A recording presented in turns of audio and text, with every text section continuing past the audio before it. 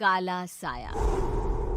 यूं तो बनारस घाट अपनी खूबसूरती के लिए बहुत प्रचलित है, पर घाट के किनारे कई राज लिए बैठे हैं। ये कहानी शुरू होती है बनारस के घाट के पास बने ममता निवास से, जहां प्रिया लाल जोड़े में ममता के घर उसकी बहू बनकर आती है। आओ आओ बहू, घर को अपने पैरों से पवित्र करो।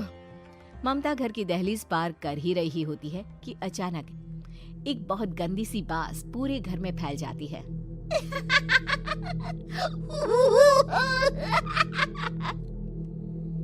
ये बदबू और ये आवाजें, ये कौन हंस रहा है माँ?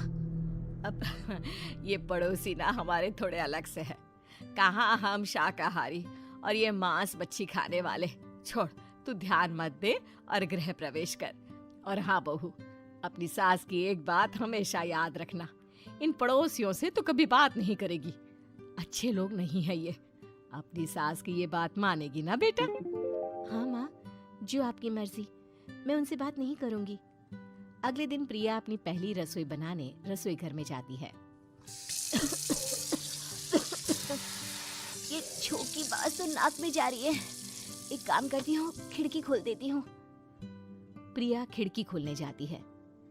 इतने जाले, लगता है इस खिड़की को कभी खोला ही नहीं गया। पर ऐसा क्यों? ओह, नॉन वेज की स्मेल आती होगी ना। 2 मिनट के लिए खोल लेती हूँ, फिर बंद कर दूंगी।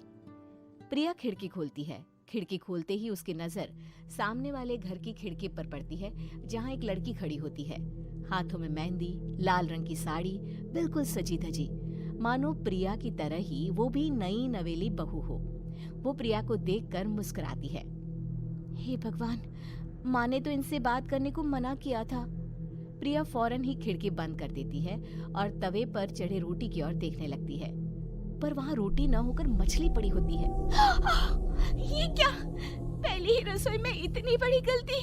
हे भगवान, अब मैं क्या करूं? प्रिया बहुत डर जाती है और फौरन रसोई की सफाई करने और फिर सभी के लिए खाना बनाने लग जाती है। जब वो सबको खाना परोसती है, सब तो ठीक है, मैं बेकार में चिंता कर रही थी। हे भगवान, ऐसे ही बस अपनी कृपा बनाए रखना। रात के वक्त जब सब सो रहे होते हैं, तब प्रिया को पायल की आवाज सुनाई देती है, जिससे उसकी आंख खुल जाती है। ये पायल की आवाज कहाँ से आ रही है? प्रिया उठकर उस आवाज के पीछे छत की सीढ़ियों तक जाती है। तभी उसे बच्चे के रोने की आवाज आती है। प्रिया छत पर जाती है तो क्या देखती है? वही लाल साड़ी वाली लड़की अपनी गोद में एक नवजात बच्चे को घुमा घुमा कर सुला रही है। तभी प्रिया की नजर उसके पेट पर पड़ती है। ओह गॉड, ये तो प्रेग्नेंट भी है। सुनिए, बच्चा सो नहीं रहा है क्या? मैं कुछ मदद करूं? नहीं नहीं, आपके घर वालों को अच्छा नहीं लगेगा, मैं संभाल लूंगी। स्नेहा की गोद से बच्चा हाथ मारकर प्रिया की गोद में आने को छटपटाने लगता है। दोनों घर अगल बगल में बने होने के कारण प्रिया उस बच्चे को गोद में ले लेती है। प्रिया के पास आते ही वो सो जाता है। बच्चे का वो स्पर्श रात भर प्रिया भूल नहीं पाती और अगली सुबह वो छत पर कपड़े सुखा रही होती है। तभी उसे एक औरत इशारा करके बुलाती है। स्नेहा कह रही थी बाबू तुम्हारी गोद में आते ही सो गया। मैं गौरी, स्नेहा की माँ हूँ। बहू, घर आना, बाबू को खिला भी लेना। शाम को जब घर पर कोई नहीं रहता, बच्चे से मिलने के लिए प्रिया छिपकर अपनी पड़ोसन के घर चली जाती है और कुछ देर बच्चे को खिलाकर वापस लौट आती है। इसके कुछ दिन बाद ही प्रिया को पता चलता है कि वो माँ बनने वाली है। ममता की खुशी का ठिकाना नहीं रहता।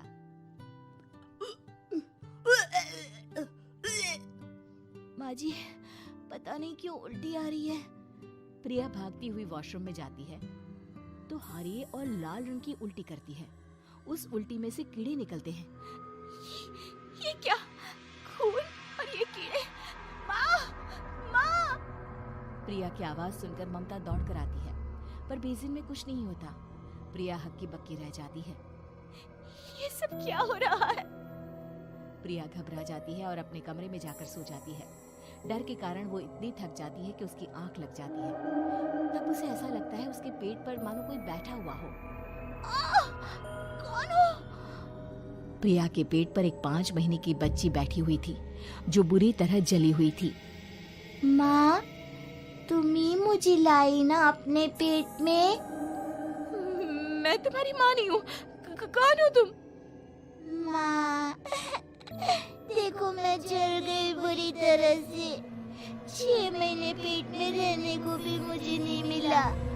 सहला दो ना माँ। बचाओ! बचाओ! माँ! ममता दौड़कर कमरे में आती है। प्रिया की बातें सुनकर वो सब समझ जाती है। तू कहीं बगल वाले घर में तो नहीं जाकर आई ना बहू? मुझे माफ कर दो, मैं गई थी माँ। उस घर में सब मरे हुए हैं बहू। कई साल पहले स्नेहा उस घर में बहू बनकर आई थी। कुछ ही दिन में वो एक बच्चे को जन्म देने वाली थी। पूरा घर बच्चे के आने की खुशी में खोया था कि एक दिन अचानक उस घर में आग लग गई। सब बुरी तरह जलकर मर गए। गौरी आज भी दादी बनने का इंतजार कर रही है और इसीलिए स्नेहा ने अपना अजन्मा बच्चा तुम्हारी कोख में डाल दिया। ममता ये कह रही होती है कि पीछे से उसके पैरों को एक बच्चा पकड़ लेता है। दादी, दादी। माँ, स्नेहा की गोद में यही बच्चा था। ये बच्चा कौन है फिर? तेरी मौत है। तेरी भी दादी। जिस चीज का ममता को डर था वही हो गया। ममता निवास के ऊपर मौत ने चादर बिछा दी थी। प्रिया का पेट ऐसे बढ़ जाता है मानो 9 महीने का हो। 2 हाथ उसके पेट से बाहर निकलते हैं। बहू, संतोष को फोन कर, किसी पंडित जी को बुला बहू। प्रिया का पति भागता हुआ घर आता है। ये तो होना ही था माँ। तेरा पाप तेरे सामने आ गया तो तू सह नहीं पा रही है। स्नेहा घर में आग लगी नहीं थी, माँ ने लगाई थी, प्रॉपर्टी की लालच में। और वो बच्चा मेरी पहली पत्नी का बच्चा है, मेरा बेटा, जो कि उस आग की चपेट का शिकार